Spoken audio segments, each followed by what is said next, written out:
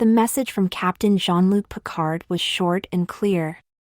Shore leave on Urindu 5 for the members of the crew had been cancelled.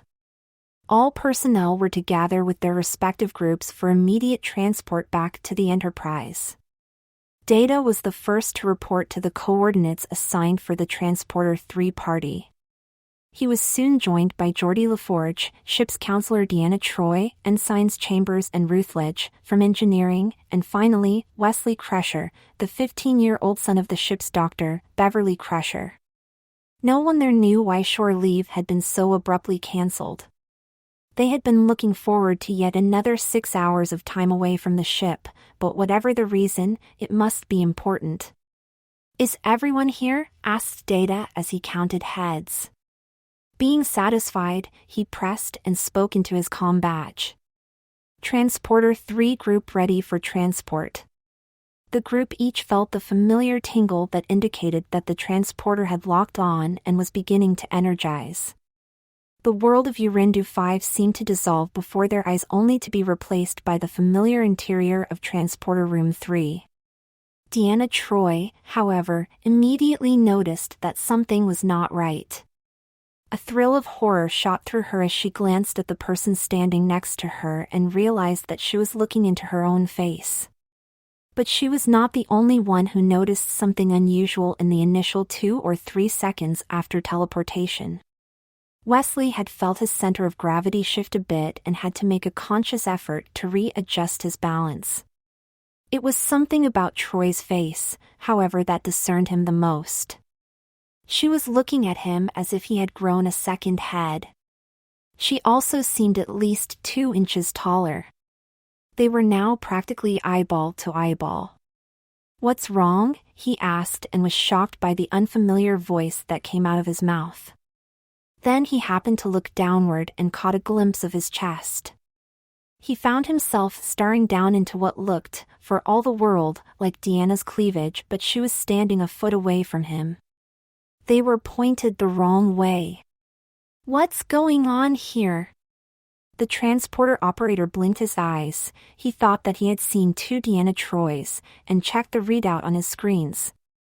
Yes, it was right, all 6 people had been transported up. He looked again. His eyes were not playing tricks on him this time. His mouth dropped open in horror before he blurted out the terrifying words most feared by all space travelers. "Transporter accident." By now Wesley had noticed that he and Deanna were wearing identical uniforms, and judging from what he could see, were also filled with identical contents.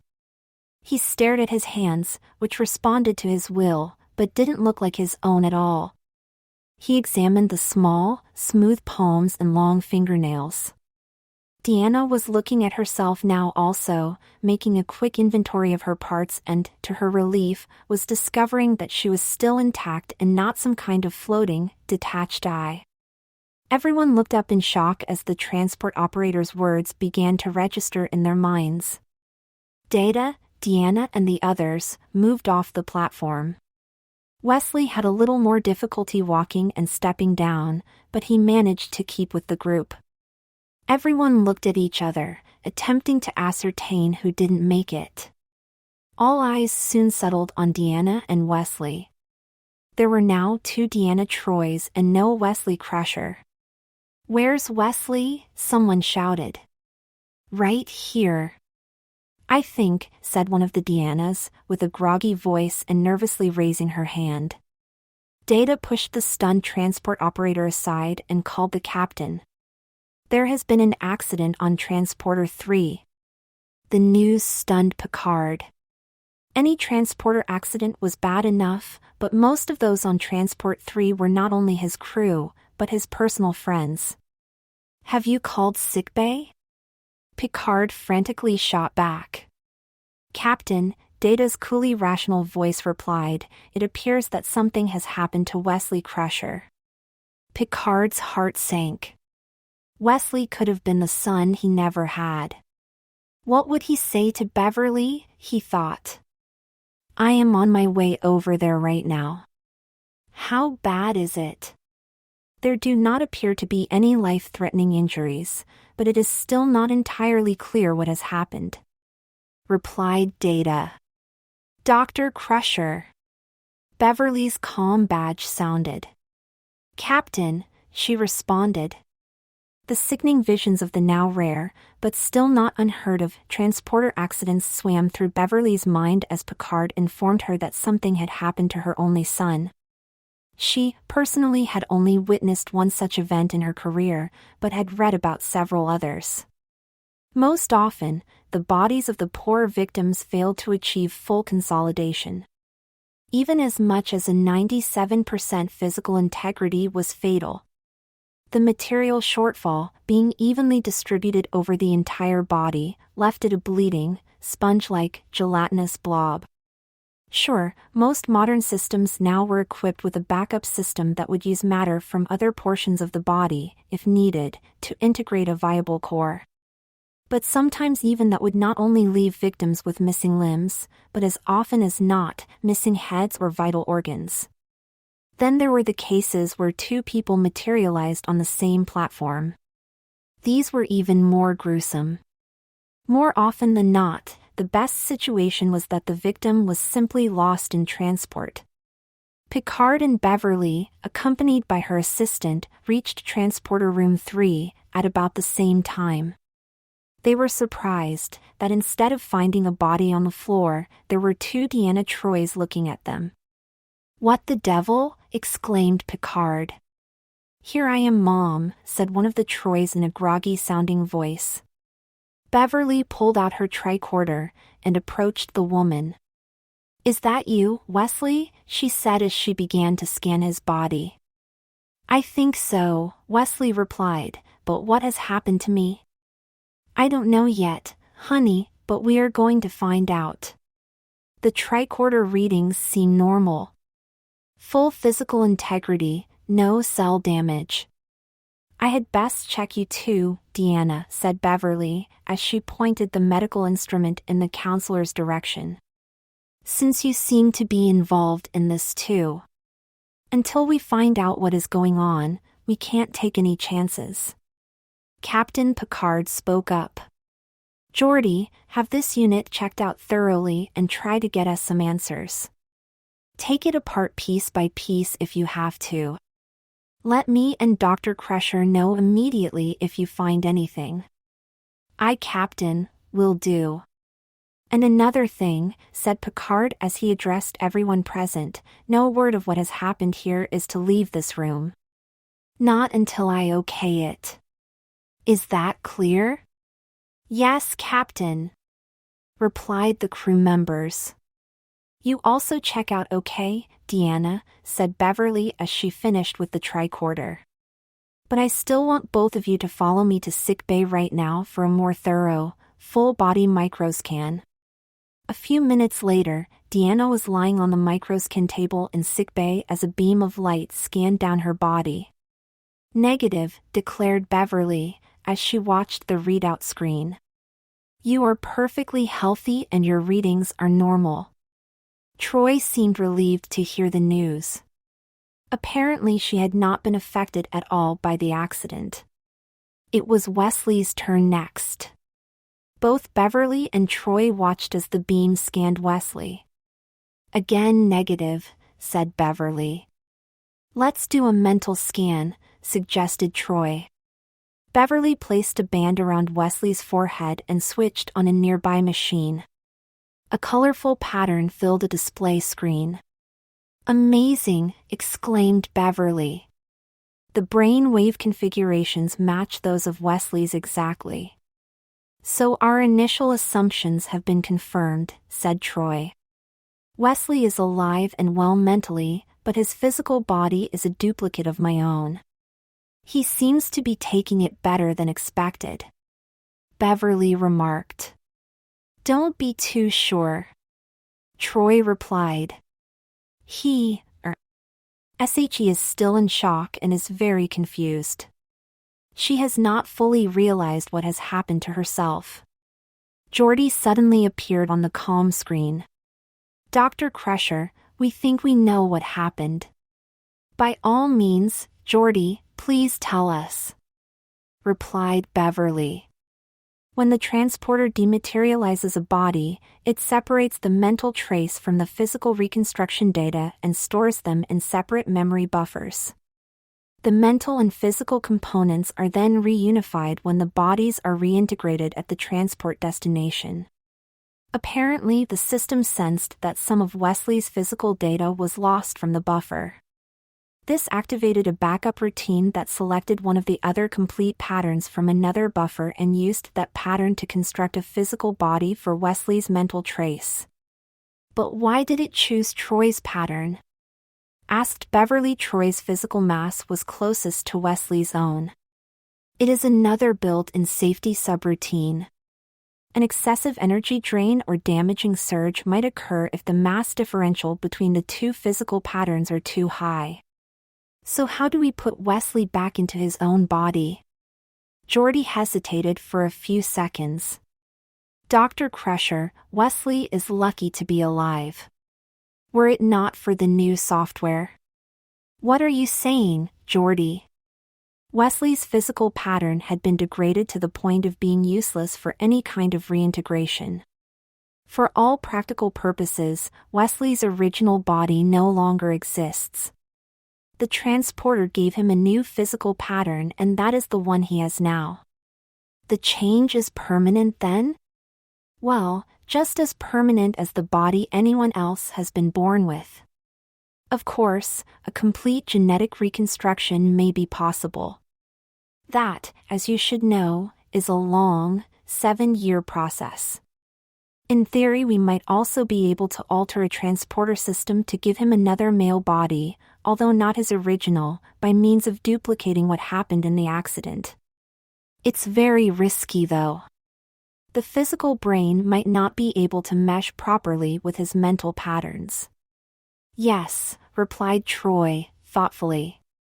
The flexibility of my half-betazoid human brain is what perhaps allowed Wesley's mental patterns to integrate with her new body. Do you think that she will be an empath like you, Deanna? That's doubtful. Although she now possesses the empathic organ, she does not have the mind patterns to access it. Wesley was now breathing heavily. His lips were trembling. Wesley had heard all of what Geordie LaForge had said. Oh God! Oh God! He began to mutter.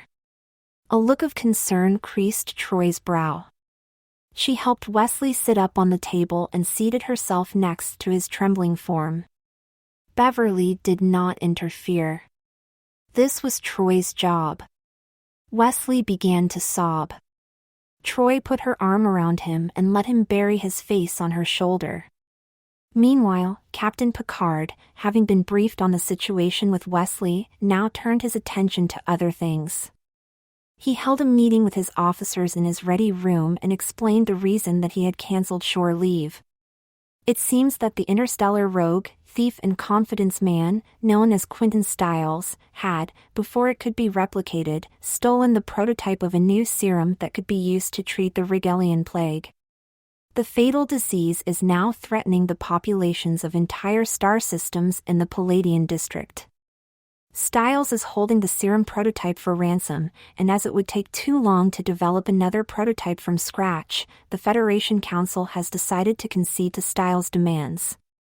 The Enterprise will deliver the key chip that would give Stiles access to 200 billion credits from the Federation Treasury.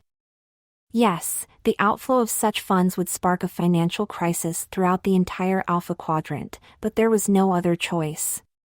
200 billion credits or just as many lives. The Federation has also authorized the Enterprise to apprehend Stiles himself, if at all possible, but not at the risk of jeopardizing the recovery of the serum. Retrieval of the serum will be tantamount to all else.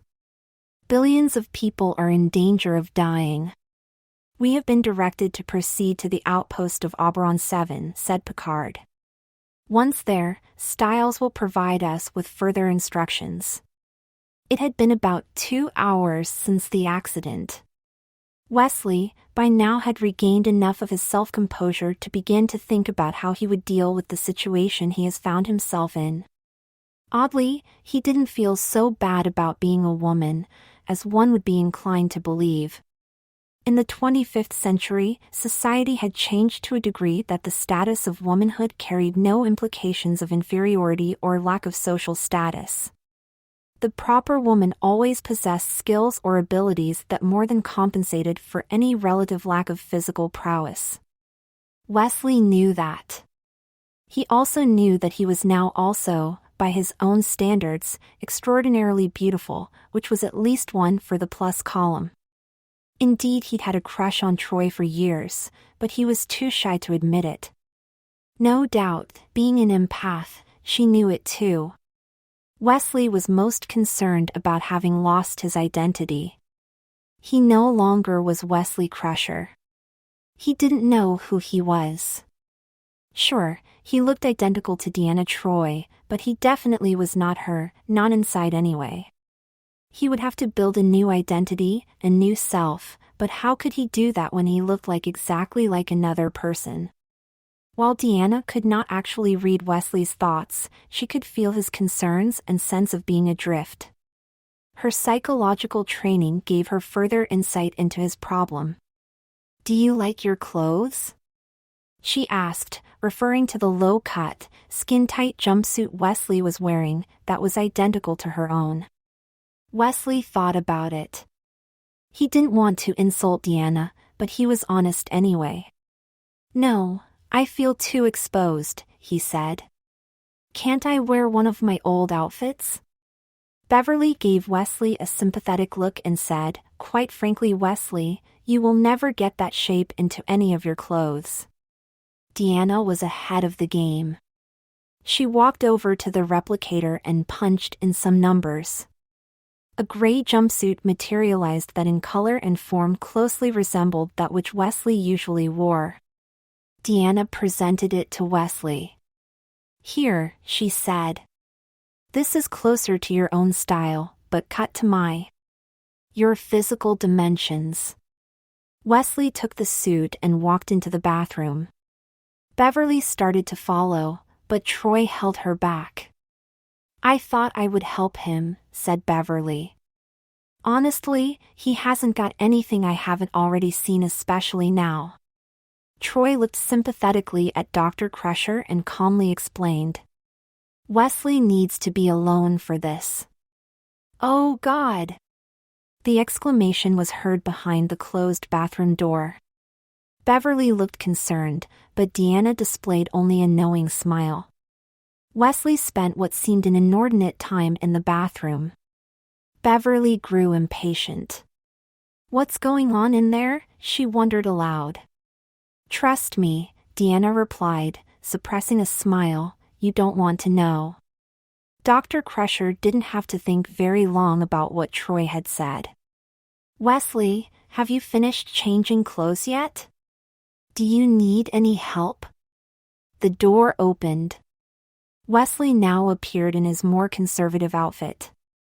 The jumpsuit did indeed look similar to what Beverly was used to seeing him wear, but it was definitely cut to accommodate the body of a woman.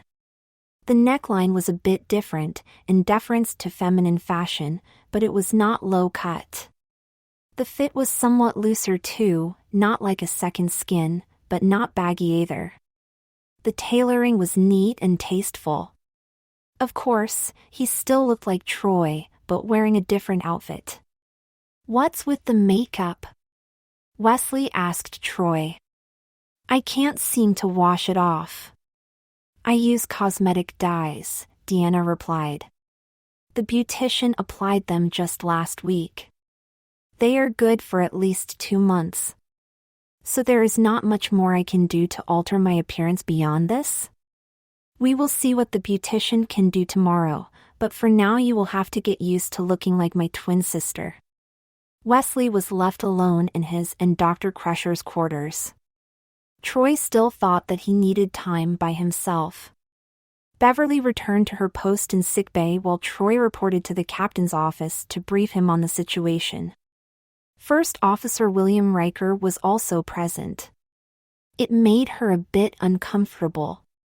It had been almost 2 years since they had dropped their commitments to each other, but she had noticed that recently, Will was incrementally attempting to re-establish some vestiges of their previous relationship.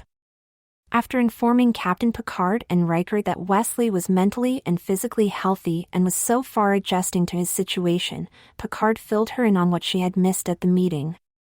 Picard could not hope noticing Troi's shock of recognition when she was shown a picture of Stiles on the display screen. "Oh my gosh! It's Quint!" she gasped, confirming Picard's suspicions. "It appears, Counselor, that you are not entirely unfamiliar with the man."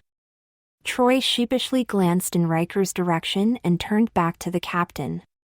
"It was a year ago on Aldebaran 3. He seemed the most wonderful and charming man. I could tell that he was also genuinely attracted to me. We had spent only 2 days together, before he suddenly disappeared without a trace. He gave me no warning, no indication of. I feared something terrible might have happened to him. I haven't seen him since." She didn't have to see the repressed glint of jealousy in Riker's face. She could feel it. She did, however, manage to keep her composure. "Wasn't that about the time the crown jewels of the Aldebaran kingdom of Rosh also disappeared?" quipped Picard. "Captain! You don't think that I—" "Of course not. But he did have a short relationship with you. And it is your belief that his affection for you was genuine? Captain, there are some races that can block betazoid empathy, but none that can deceive it. He was genuinely interested in me, which made it all the more difficult when he went away." Picard sat thoughtfully for a second, while Riker maintained a cool, sidelong glance in Deanna's direction. "This may be something we may be able to use to our advantage," said the captain. "Be sure to be present on the bridge, Counselor, when we receive our instructions at Oberon 7, 52 hours from now." As Riker left the ready room, Troi was on his heels. "How dare you, Will," she softly, but angrily spoke between clenched teeth. "You find out that I have a short fling with someone else over a year ago and now you are jealous. Our own relationship had been over for months. I am sure that you certainly were no monk." Riker sighed. He had said nothing. He had made no comments and tried to keep his emotions to himself. But oh, the disadvantages of having a girlfriend, or worse, ex-girlfriend that can read your true feelings. Wesley, meanwhile, had gotten tired of the confines of his room and needed a break from familiarizing herself with her new body. A visit to 10 Forward was in order. Perhaps sitting at a table and watching the stars sip by while sipping on a Terran pineapple aid would help her, as Wesley was now thinking as himself, to refocus. To her surprise, she found herself easily slip into the rhythm and gait of Troi's feminine walk as she sauntered down the long corridor. Yes, it did make sense, she thought. The patterns that control the finer details of walking are stored in the memory of the spinal cord. The mind only turns them on and off. Walking was one thing that she would not have to learn. She sat down at Wesley's regular table and stared through the transparent wall and into the depths of space. Before she could order her drink, a waiter came by and placed a bowl of chocolate ice cream, covered with dark chocolate syrup, in front of her. She started to correct the man's error, but changed her mind. That did look good. Apparently, Troi's fondness, or near addiction, to chocolate was well known. Obviously, the waiter had thought she was Deanna, and had served her her usual. It certainly tasted better than any other chocolate ice cream that she had ever eaten before. Is it true that women's taste buds are more sensitive, she wondered, or is this more an effect of betazoid biology? Wesley heard a familiar voice. She turned to see her 15-year-old friend Lori, accompanied by 2 of her female companions, enter the room. They walked right past her. Well, looking like someone else does have its advantages, she thought. Wesley felt relieved that she would not have to explain her present predicament to whom he considered his girlfriend. As she savored her ice cream, Wesley listened to the conversation of the girls who had seated themselves at the adjacent table. "I heard Wesley Crusher was hurt in a transporter accident," said one of the girls. "His mother told me that he had to be taken to the hospital on Urinda 5 and was going to be sent back to Earth for treatment," Lori answered. Wesley mentally thanked her mother. Apparently she had provided a cover story that would make the situation here less complicated. "Is he hurt bad?" the first girl asked. Lori looked sad. She did indeed care for Wesley. Dr. Crusher said that he would live, but he would have a long, slow recovery. "I heard something really crazy," said the third girl. "That the transporter had turned Wesley into Counselor Troi." The girls laughed. Even Lori had to smile. About that time the girl looked up and saw Wesley, at the next table, staring at her. "Oh," stammered the teenager. "Excuse me, counselor, you were there. Can you tell us what really happened?" Wesley chose her words carefully, so that she would sound more like her twin. "Don't believe everything you hear. Dr. Crusher's account is the most accurate, girls. Wesley will live, but it might be a long time before we see him again." The young ladies moved on to other subjects and let Wesley finish her ice cream. She felt good that she had perhaps nipped a potentially embarrassing rumor in the bud. "Well, how is the patient doing?" spoke a man's voice that dispelled Wesley's reverie. It was William Riker. "As well as can be expected, I suppose," Wesley replied. "The captain told you, then?" "Well, as his first officer, I am supposed to be kept informed about what happens on board the ship. I might have to take command in an emergency. Can we still be friends?" "Of course, Deanna. I can't help it if I still have feelings for you." "Oh no!" Wesley's mind screamed. "He thinks that I am Troi." Wesley had been misled by the first words of the conversation. She thought Riker knew that she was Wesley and was merely offering his support or condolences. Yes, that's understandable," answered Wesley, as she thought about how she would get out of this situation. "I was hoping that you would feel the same way towards me." Riker continued. Well, I do, it's just, can you give me another chance, Deanna? Meet me in my quarters at 2000 hours. We will talk about it then." Wesley got up from the table and calmly walked out of the room. She wanted to run.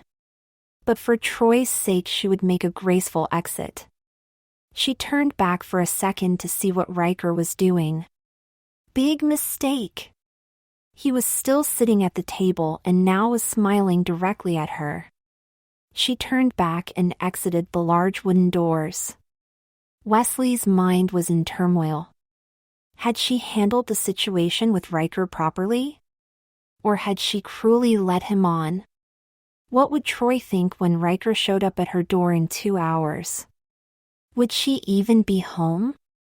Then what would Riker think? What a mess! If Wesley didn't have enough to think about, a woman accosted her in the passageway. The lady was definitely upset about something. The feelings and the urges were coming back. "I don't know for how much longer I can go on," the woman said, almost hysterically. Wesley felt that she had walked in the middle of a conversation. She had no idea what the woman was talking about. After a few more pleadings, which made no sense to her, Wesley simply said, "Lady, please leave me alone, I have my own problems to deal with now."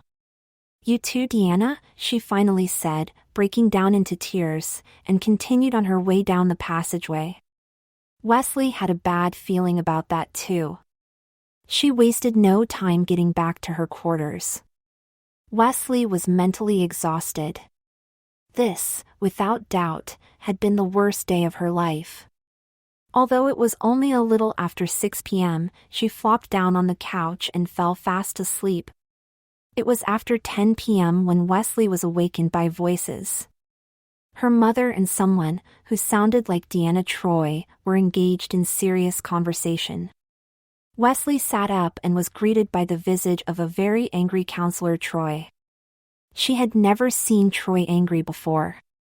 Wesley was used to seeing Deanna as a usually passive and somewhat cheerful individual, but she was by no means cheerful now. It was frightening. Wesley's mother did not look very happy either. The excrement had definitely struck the rotary air circulation device, and was all over Wesley. "Wait! It was an accident," pleaded Wesley. She knew what this was about, or at least had a very good idea. "Riker thought I was you." "And you let him think it," responded Troi. She was practically breathing fire. "No, it wasn't that way at all. I thought he knew who I really was, at first, but by the time I realized, I had to get away." "By arranging dates on behalf of someone else?" "That's not the worst of it. Apparently you also had an encounter with one of my patients. Do you know she tried to kill herself? Fortunately, we found and stopped her before any damage was done. She then accused me of betraying her. Is it my fault if other people think I am you?" Wesley angrily shouted back. "Think about it.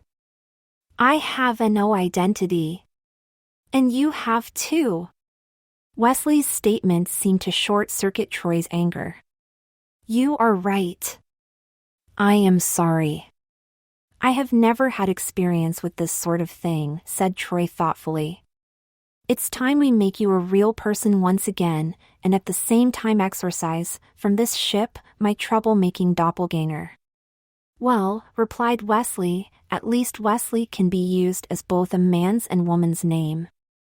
"Not so fast," snapped Troi. "Wesley no longer exists, remember? I know you won't like it, but you will have to have a new name. And you will not be able to live with Beverly anymore. You will move into MY quarters on deck 10. So you can keep an eye on me?" "Yes, but only in part.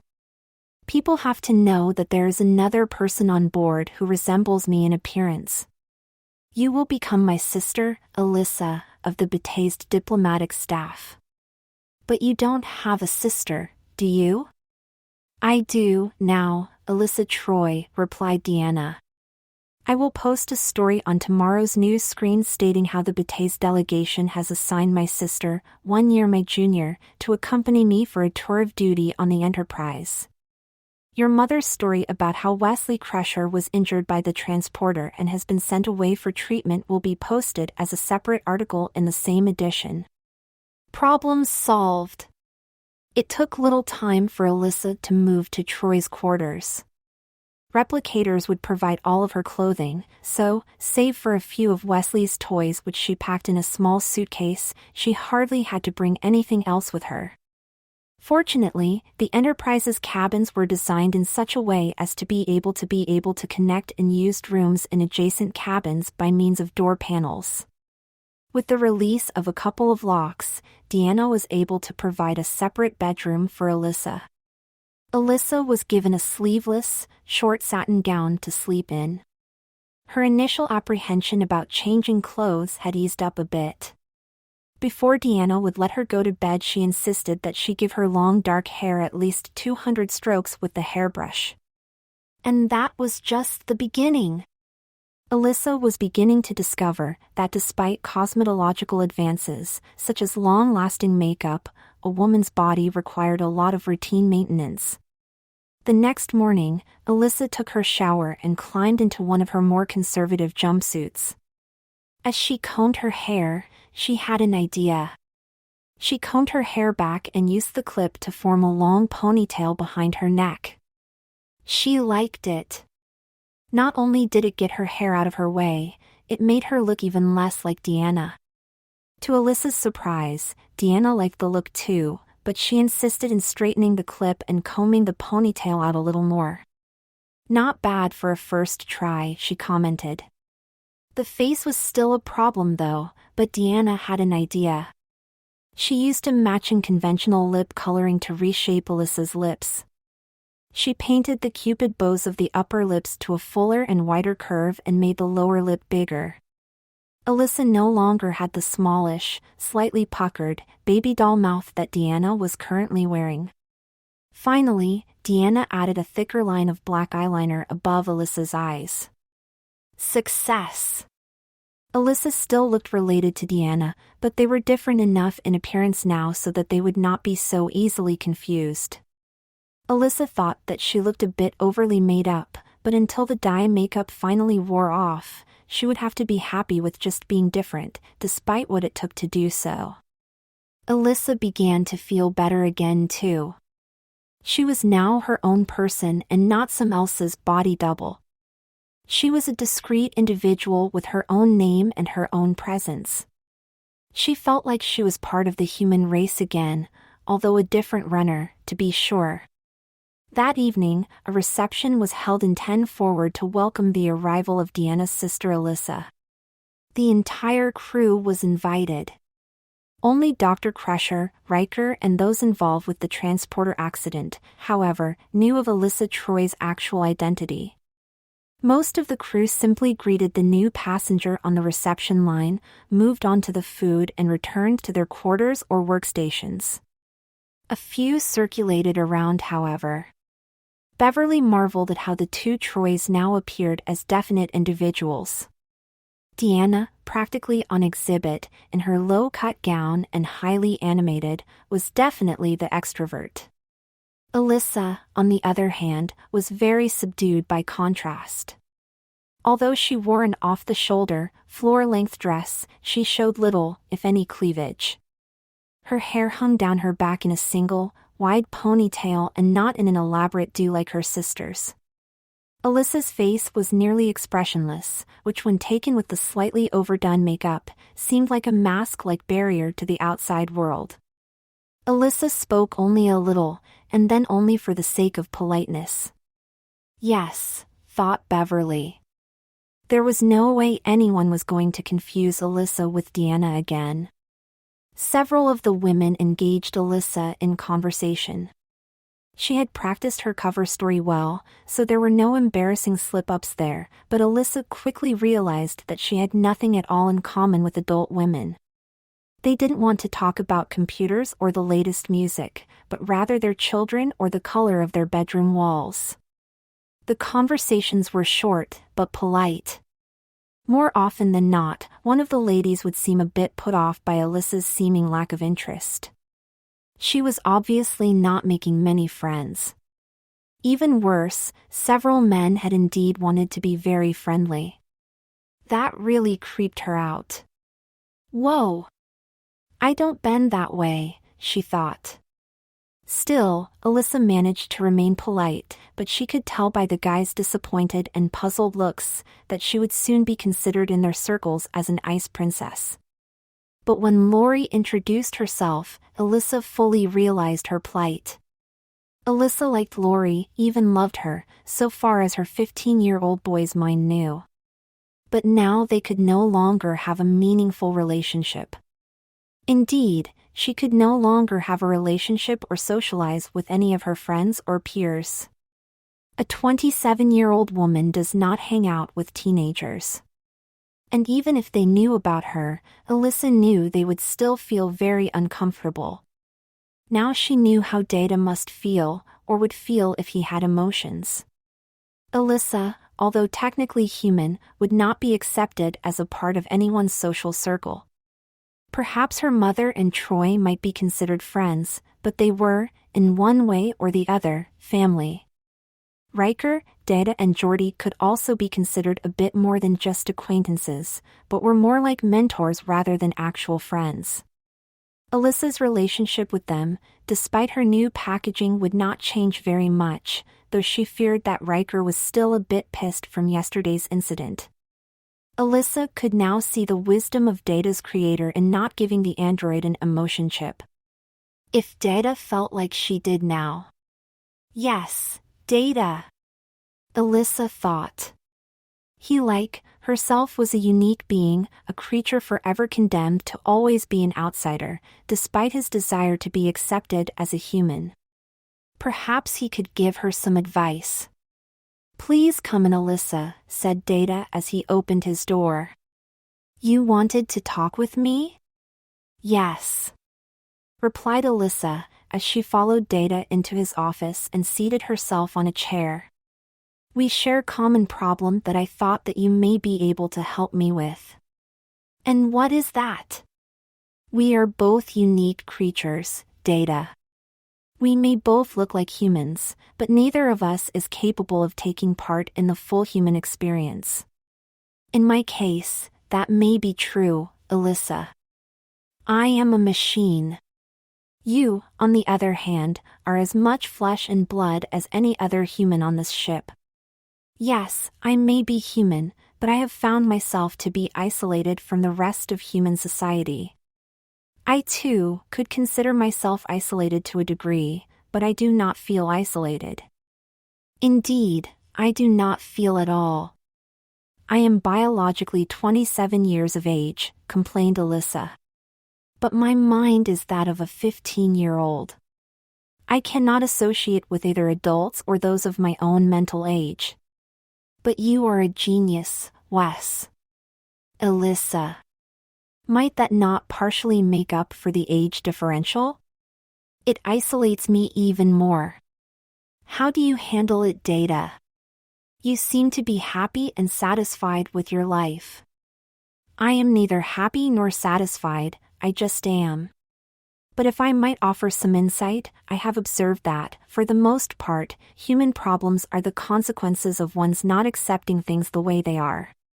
Are you saying that we should not try to improve the quality of our lives? That we should ignore our problems and not try to fix things and make them better? By no means, Alyssa.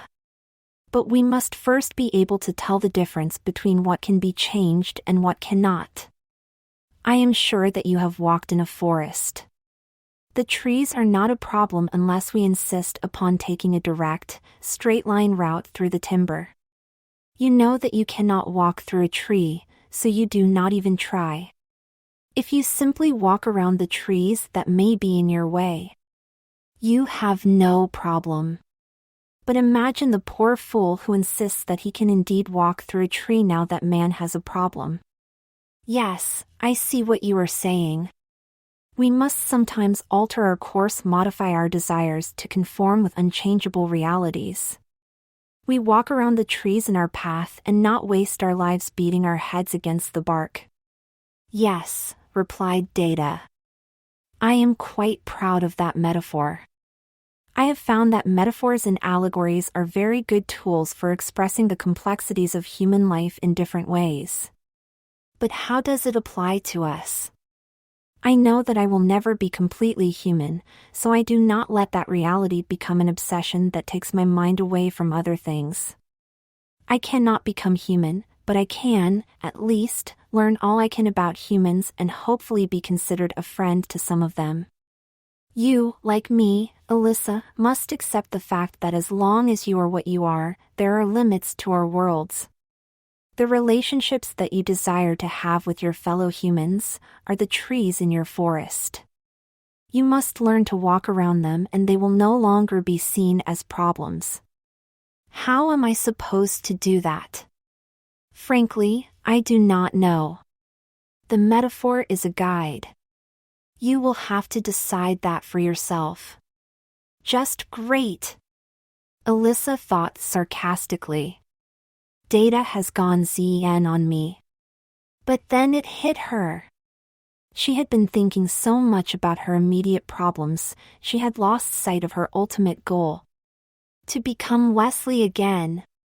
She would not concern herself with the trees in her way, she would walk around them, suffer the isolation, but pursue the objective. Find the end of the forest trail. In this case it meant learning everything she could about transporters. Sure, Jordy and his team were good at working on them and understood the general principles, but Alyssa would have to delve into the complex internal programming of the devices, some of which was actually written by and understood only by computers. But Alyssa was a genius. She knew that she would be able to unravel the mysteries. She didn't know for sure that if in doing so she could get her original body back, but she was sure going to try. "Thanks, Data," she said. "I know what I must do now." Worf, Troi, Riker, Data, Geordi and the captain sat at the conference table in the briefing room. The Enterprise was in a high parking orbit around Oberon 7, a planet that supported an unmanned subspace communications relay station. The display screen that hung on the wall at the head of the table was blank. Stiles' message, if there was going to be one, was over 15 minutes late. Just as Worf was reaching the end of his patience and was preparing to get out of his chair, the screen flickered to life. The smiling form of Quentin Stiles replaced the static. The man looked youthful and handsome and exuded a charm and friendliness completely at odds with his reputation. He would be the last person one would suspect of effectively ransoming the lives of billions of people. "Ah, Captain Picard, I presume. And do as can it be Deanna Troi?" "Yes, it's me, Quint," replied Troi coolly. "Well, how fortunate. The fates must be smiling on me." "Get on with it, Stiles," barked Picard. "The Federation has agreed to your terms." "Yes, Captain, you are right. Business does come before the more pleasant social matters. You are now to proceed to Monoceros 12. The Monoceran system is in the Romulan neutral zone. Federation ships are forbidden by treaty to enter there. That will be no problem, dear Captain. Monoceros 12, the outermost planet, will be within transporter range from the Federation side for at least 20 hours after your arrival. I would also be most honored if the lovely Deanna Troi would deliver the transfer chip and perform the transaction. I assure you that she will be perfectly safe." Picard glanced in Troi's direction. She nodded in the affirmative. "Very well then," replied the captain.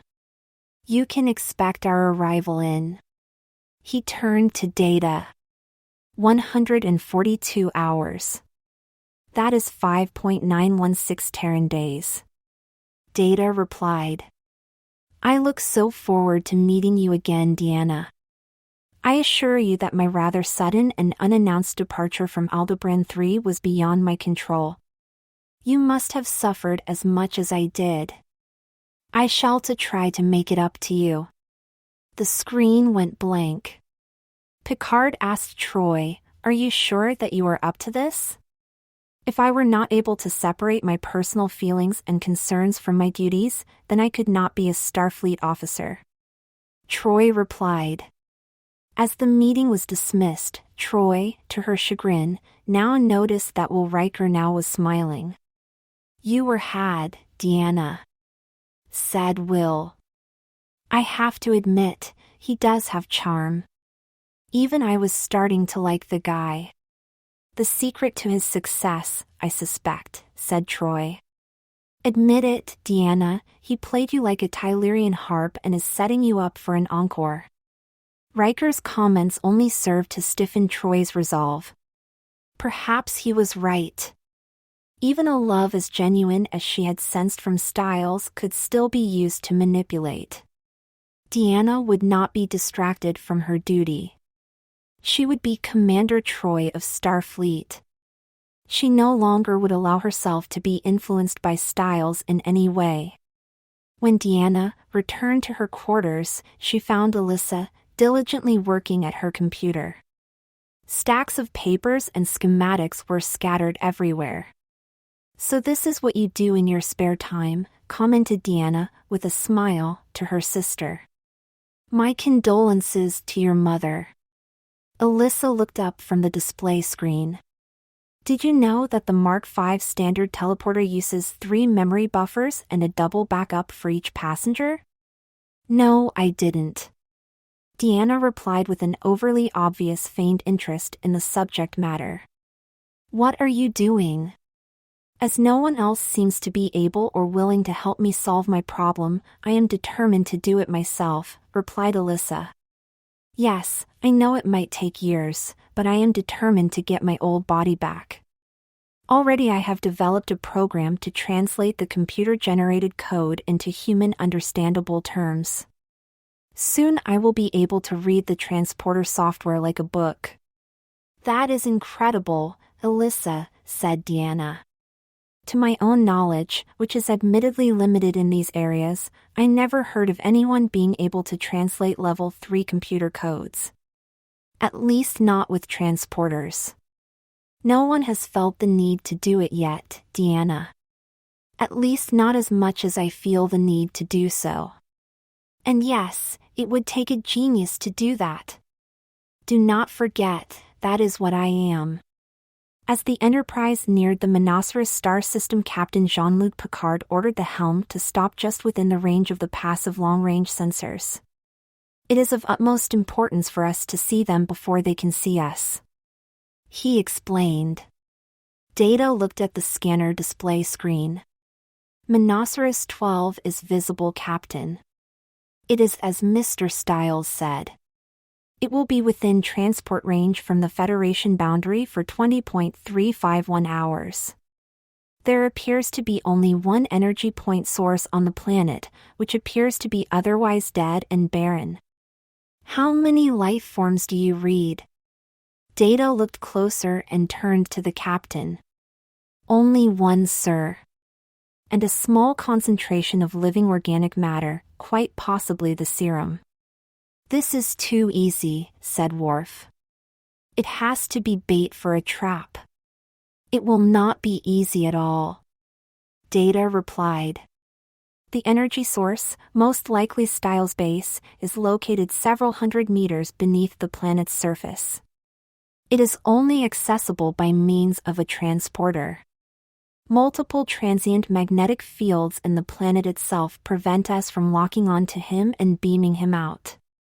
I also suspect that he has installed an elaborate, automated security system around and within his compound. Picard considered for a moment and then ordered the helm, ahead 1/4 impulse power.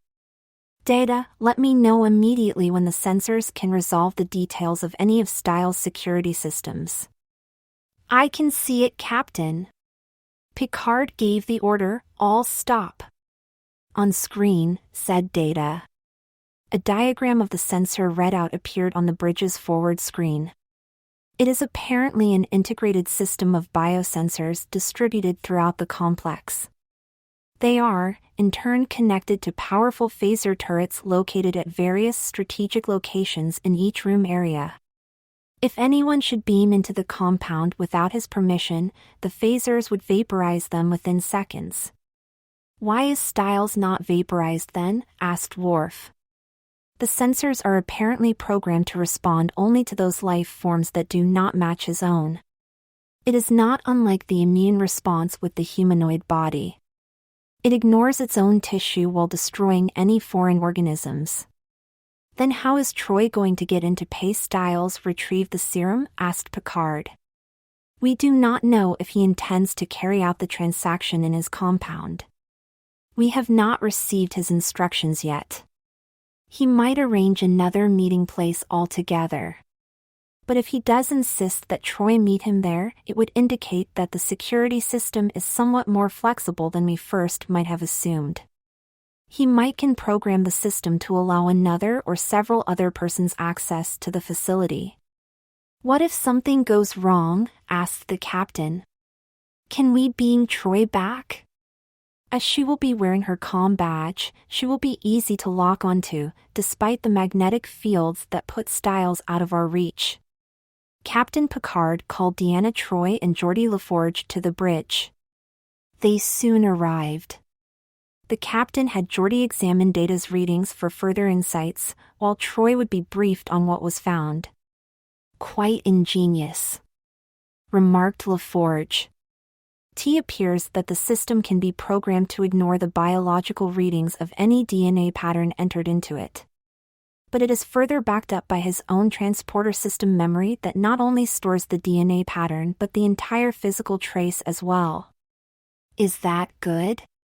Asked Picard. No, it isn't. Not only must the DNA of the organism match the sensor override exactly, but the organism must also match the exact same physical trace as stored in his transport buffer.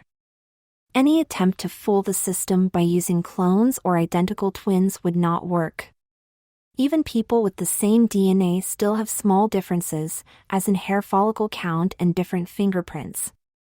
Mr. Stiles has complete control over his invitation list. Could we program other patterns into his transport buffer system, say Worf's for example, and then beam him down to arrest Stiles?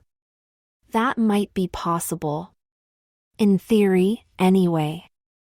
LaForge replied, but I don't know of anyone within 10 parsecs who might be able to do it. I know someone who might, said Deanna. Alyssa examined the diagrams displayed on the bridge forward screen. Meanwhile, Geordi was looking over reams of folded printout sheets. Amazing! I can't believe that you have done it, exclaimed Geordi in astonishment. You've always known that I was a genius, Geordi, replied Alyssa. But this is third-generation computer-created code.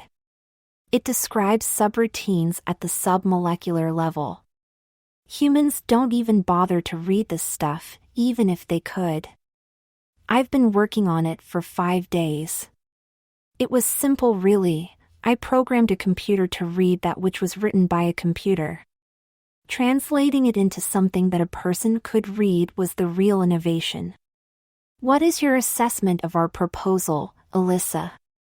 The captain asked. Even if I could insert another physical trace into Stiles' buffer, I am afraid that it would not work. Look, his transporter is based on a type used in our own shuttlecraft. It cannot hold more than 2 physical patterns at a time. Yes, with both Troi's and Stiles' patterns loaded into it, there would be room for no more. Picard commented. He also likes to keep his guest list very short. There is one more thing that might be of interest. Alyssa continued. The locks on all of the doors and vaults operate on the same system. Anyone who is safe from the biosensor defense also holds all of Stiles' keys. The memory buffers are too small to allow isolation of separate physical traces. Yes, said Geordi thoughtfully. If Troi gets inside, she might be able to steal the serum from its vault and beam out of there without paying the ransom. But you are forgetting something, said Troi. He will be with me at all times, just like a mother hen. I doubt if I will have a chance. Geordi looked crestfallen, but only for a second. His face suddenly lit up. Alyssa, come over here a second. Geordi took out a pen, smeared black ink across the tip of Alyssa's right index finger, and pressed it to one of the pages draped across the weapons console. He did the same thing with Troi. The prints were identical, even down to the fine scratches. But we have determined that the security system could determine the differences between even identical twins or clones. Protested the captain. That's the beauty of it, sir. Geordi replied. Alyssa and Deanna are not twins or clones at all. They are physically the same person. They both have absolutely identical physical traces, down to the molecular level. Picard called Dr. Crusher to the bridge. When she arrived, the captain directed her, Troi, Alyssa and Geordi, to the ready room. I've brought you here, Beverly, because I think that Alyssa's mother, you should have input into some of this. The captain explained that they were considering sending Alyssa into Stiles' base to retrieve the serum, while he was conducting business and being otherwise distracted by Deanna. Yes, it was dangerous. No one was completely sure that the biosensor security system would ignore Alyssa, even though her physical configuration was identical to Troi's. Although we really don't think that the device is that sensitive, one molecule that may be somehow out of place might prove fatal. In any event, Alyssa would be risking her life to save billions of others. "Do you really want to do this, Alyssa?" asked Beverly. "I do think that it is worth the risk, Mom, no matter what happens to me." Beverly bit her lip and grasped her child's hand. Jordy spoke next. "We could also arm Alyssa with a phaser and get the drop on the guy, arrest him and end his party for good." "Arm a 15-year-old with a phaser?" exclaimed Beverly. "Are you insane?" Alyssa has no weapons training, and despite her appearance, she is still only a child. That is a job for a Starfleet officer. "No, Jordy," the captain replied, "arming Alyssa is out of the question. The only Starfleet officer who could get in and do that would be Troi herself, whom we expect to be otherwise occupied. I doubt seriously that Stiles would let her carry a weapon into his compound." "Wait a minute," interrupted Deanna. "Who says that I have to be the one to distract Stiles? Why not send Alyssa to Quentin in MY Place? Let her bring him the access chip. If she could fool someone like Will, who has known me for years, she could certainly deceive a 3-day acquaintance like Quint. It would certainly be safer for Alyssa." Deanna continued, as the biosensors would be set to her pattern to begin with. "It is I who should be taking the big risks. If I make it inside, then Jordy's idea will work. We will be able to shut down Quentin Stiles' operation once and for all." Picard thought the idea was a good one. He visually pulled the room. The faces of the others showed that they agreed. "Okay then," he said, "we will brief Alyssa as to what is going on and show her the recording of Stiles' last message." Walking back to the bridge, Picard ordered ahead, full impulse power. "Inform me when we have reached the Federation limit. Do not cross into Romulan territory." "Aye, sir," replied the ensign at the helm. In 30 minutes the Enterprise was parked within transporter range of Quentin Stiles' base on Monoceros 12.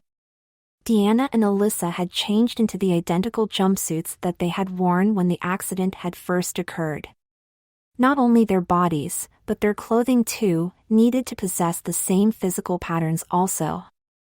Alyssa also had removed the extra makeup that helped differentiate her from Deanna and had her hair restyled once again like that of her sister.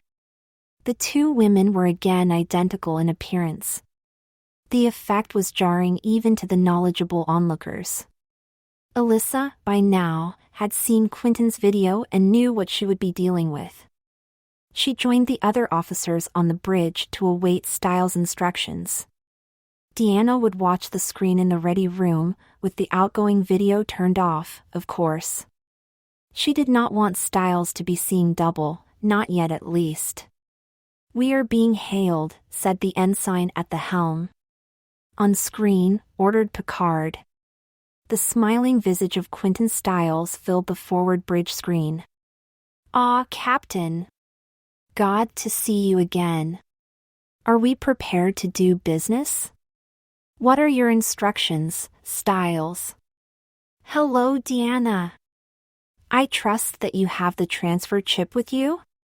And the proper access codes?" Alyssa looked at the captain and then at Stiles on the screen. "As you have requested," she replied. "There is no need to take such a formal tone, Deanna." Quentin chided, "We are all friends here." "Oh, Captain, I am sure that you have thoroughly probed all of my defenses by now, and you must know that I am well protected. The phaser turrets are quite powerful, you know. Even your Klingon friend would not be able to carry enough body armor to withstand their force." "One thing puzzles me though," said Picard. "You seem to be alone. I would think that a person in your business would be at the head of an organization of many confederates." "I indeed do work alone. A wise man, Benjamin Franklin, I think, once said 3 men can keep a secret if the other 2 are dead. That is why I have been able to elude capture for all these years." But enough chit-chat. Please ask Deanna to stand in front of the screen. It will be necessary for me to beam her down myself. Picard walked over the screen himself and leaned close to the camera. Let's get one thing straight, Stiles, growled Picard. Deanna is not only one of my crew, she is also a dear friend. Should anything happen to her while in your presence or as a result of your actions, I will be coming for you. The Romulans or anyone else be damned. I will chase you to the ends of the galaxy and beyond if need be, and I will destroy you. The captain's uncharacteristic remarks visibly shook Stiles. Indeed, everyone who had heard Picard could tell that he meant every word. Stiles was on notice that he had best keep his own end of the bargain too. Please do not worry about your friend, replied Stiles after a slight pause. I will let her keep her calm badge, so you will be free to beam her up in any time. The worst that could happen is that she would return empty-handed, but even that will not happen provided the transfer of funds takes place. Picard sat back down in his chair and gestured to Alyssa. She took her place in front of the screen as requested. Suddenly, she dissolved into a flash of sparkling lights as Stiles' transport engaged. Alyssa found herself standing on a small transporter platform in Quentin's underground lair. His smiling form greeted her. He took her hand and helped her down to the floor. Ah, Deanna, at last we are together again. Come follow me. He led her into an adjacent room where he had a table stacked with all sorts of expensive and exotic food and drinks. In the midst of the bounty was an elaborate, candle-lit setting for two. What's this? Asked Alyssa. I thought we. Consider it a partial repayment of my debt to you. Alyssa then noticed, in the shadows, the fancy bed, piled with colorful pillows, that dominated the opposite side of the room. Horrors! There was no doubt in Alyssa's mind what Quentin's plans included. She prayed that Troi would get here in time to rescue her. You seem too shy, too reserved. Quentin commented. You are not quite the woman I left on Aldebaran 3. Yes, but that was before I learned about what you do for a living. Ah, that, replied Quentin. If it is any comfort to you, I will have you know that this will be my last endeavor into such matters. That certainly makes sense. As the wealthiest individual in the quadrant, or perhaps the entire galaxy, you would not need to hold people's lives for ransom anymore. Let us reserve the moral commentary for later, my dear. Our dinner awaits. But do you not say that business comes before the more pleasant social matters? I have the transfer chip. Do you have your download module? Ah yes, we must attend to our financial matters first. Quentin led Alyssa to a desk, upon which rested a small black box with a small keypad and numeric display on it. It's a shame that the Federation no longer uses money. The transaction would have been a lot simpler. He lamented. Alyssa inserted the transfer chip into the slot on the top of the box. Quentin then plugged his download module chip onto the exposed upper edge of the transfer chip. Alyssa then punched in the codes that she had memorized from Troi's instructions. They both watched the green numerals light up on the readout.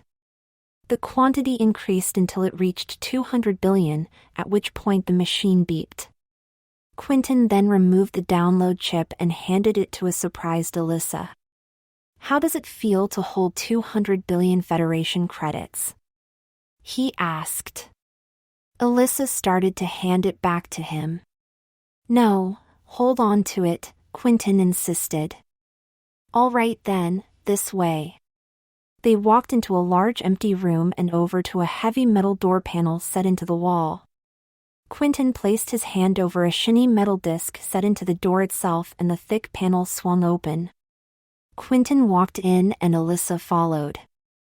To his surprise, he was greeted by Deanna Troi, who was holding the serum canister in one hand and a phaser in the other. The phaser was pointed directly at Quentin's head. For several seconds Quentin was unable to move. Deanna handed the canister over to Alyssa. The man literally was dumbfounded. He tried to speak, but he couldn't seem to find any words. What? This is impossible. He finally managed to stammer when the brunt of the initial shock wore off. He stared at the phaser. Deanna? Surely you would not use that on me? Would you? How do you know if I even am Deanna? She said with a sly smile. He turned to look at Alyssa, who also wore a similar expression. That was it for Quentin. It was as if his mind had suddenly ceased to function. Perhaps I shouldn't have said that, said Deanna to herself. She took out a spare comm badge, and with her free hand loosely pinned it to his chest. 3 to beam up, said Deanna as she clicked on her own comm badge. All 3 vanished into a mist of sparkling lights. When they materialized inside Transporter Room 2, Worf and 3 of his security men were waiting to take Quentin off their hands. The poor man was so confused that he put up no resistance. All he could do as they led him to the brig was mutter, repeatedly, "How? How?" Deanna and Alyssa proceeded directly to the captain's ready room for debriefing.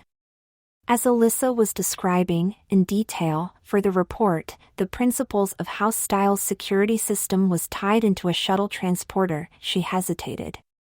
A light went on in her head. The shuttlecraft, she nearly shouted, startling Picard and the others who were sitting in at the meeting. Captain! Please tell me that the shuttlecraft haven't been used since the expedition on Alpha Centauri 7. Picard, unaware of the reasons for Alyssa's exuberant eruption, was perturbed. Of course not. We have had no reason to use them since then. What does this have to do with? Picard had never seen Alyssa, or even Wesley, for that matter, so elated. Alyssa, on the other hand, felt like kissing the captain. She hesitated for an instant, but then figured, what the heck? She was a girl. She smooched Picard, a big wet one on the cheek, and ran for the door. The jaws of those present nearly dropped on the conference table. Picard rapidly recovered from the shock and called out, Alyssa. Come back in here on the double. That is an order. Now Picard was angry. What is the meaning of this outburst, this inappropriate behavior? Don't you understand, Captain? Said Alyssa, Data and I were the last ones to use the transporter on Shuttle 2. That means that my original physical trace may still be stored in the buffer. I may have found a way to become myself again after all. Indeed, now Picard and the others understood Alyssa's reasons for being so excited. Picard did insist that she finish the debriefing session before following up on her idea, however. Immediately after the meeting, Alyssa ran to the shuttle bay and brought LaForge along with her. They opened the transporter access on Shuttle 2 and checked the buffers. The first buffer was found to hold Data's physical trace. The second also seemed to contain an intact physical trace. It was Wesley's own. With the captain's permission, Alyssa was able to download it into one of the reserve buffers in Transporter 1. Now she had something to work with. Troi watched Alyssa work all night on her computer, mapping and tracing the complex interconnections that could reunite Alyssa/Wesley's present mental trace with the recovered physical trace of Wesley Crusher. The software to do so took 2 more days. Alyssa explained to Geordi how it would work. Alyssa would do a short, on-board teleport as normal. But when she was reconstructed several feet away, the Deanna Troi physical trace would delete itself from the buffer, forcing the device to substitute the Wesley Crusher trace instead. There would be no mental compatibility problem as the configuration of the mental/physical interface had been confirmed. If this worked, then Wesley Crusher would become himself again, both mentally and physically. Jordy saw a problem, however. There is a 10.35 kilogram positive mass difference between Deanna's and Wesley's bodies. It made little difference when the shift was from Wesley's larger body to Deanna's physical pattern, as the excess mass was converted directly to energy and vented out to space by the system. Putting in the energy needed to make up for an increase of mass would not be so easily done, however. Mr. Einstein's formula E equals mc2 said it all. The energy needed to produce 10.35 kilograms of mass would be nearly 1 trillion megajoules. Closer to 900 billion, said Alyssa, correcting Jordy. Yes, still, only the warp engines can provide that much power. That is where you come in, Jordy. Alyssa replied. Oh, no, Alyssa, this is your project. You go ask the captain if you can borrow his warp engines for an experiment that might very well kill you. If he gives me permission, will you help me then? If he gives you permission? Sure, if he gives you permission. But you don't actually think. Picard welcomed Alyssa into his office. Well, Alyssa, how is your project going? That's what I wanted to talk to you about, sir. It seems that the energy requirements will be a bit high. How high? We will need to draw power from the warp engines, sir. Certainly not, that is out of the question. Why not, sir? It will only be for a few minutes. And Jordy has promised to help me if you give me permission to do so. How much energy will you need? Just over 900 terajoules. My God! Alyssa, what are you trying to do? I need to make up the energy equivalent of 10.35 kilograms of mass. Why don't you simply gain the extra weight? Your mother could put you on a diet. That won't work. It will take too long. My physical trace is several months old already. It will begin to degrade soon. It's now or never for me. Otherwise, I will be stuck being Alyssa, perhaps for the rest of my life. Such a power drain could blow several energy conduits and even ruin the engines. Do you realize how much that would cost to repair? Certainly not more than 200 billion Federation credits, and certainly not more than that many lives. The Federation owes me big time. Considering what I helped them do and also considering what their defective transporter equipment has done to me. Picard sat back in his chair and sighed. Alyssa certainly had a point. A warp engine, indeed a whole new starship, would mean nothing in comparison to what Alyssa and Troi had saved for the Federation. All right then. I will let you do it. I only hope you realize what kind of risk I am taking with my own career, should you fail. Jordy was astounded at the news. But he had promised to help Alyssa, and so he did. The biggest problem we have is that there is no conduit on board that can handle such an energy load. He said. We will have to run several lines into the transporter room and tie them together at the console. The other thing that we must do is to arrange an automatic switch that will only apply the energy to the machine when the reconstruction requires it. If the energy is input too soon, it will destroy the entire transporter itself, and you along with it. Too late and you will fail to materialize. Alyssa understood the risk. The switch was installed and the cables were run in less than 12 hours. Alyssa installed the special software that she hoped would make her Wesley Crusher once again. Finally, she went to see her mother in sickbay. Deanna Troi was there too. Well, Mom, I'm going to try it, she said. You don't have to do this for me. Beverly replied. I love you, Alyssa, just as much as I did Wesley. I'm not doing this for you, Mother. I'm doing it for myself. But why risk your life, Alyssa? Interrupted Deanna. Life as a woman is just as good as life as a man. It's not a male-female thing. Wesley is who I am. And I'm 15 years old, not 27.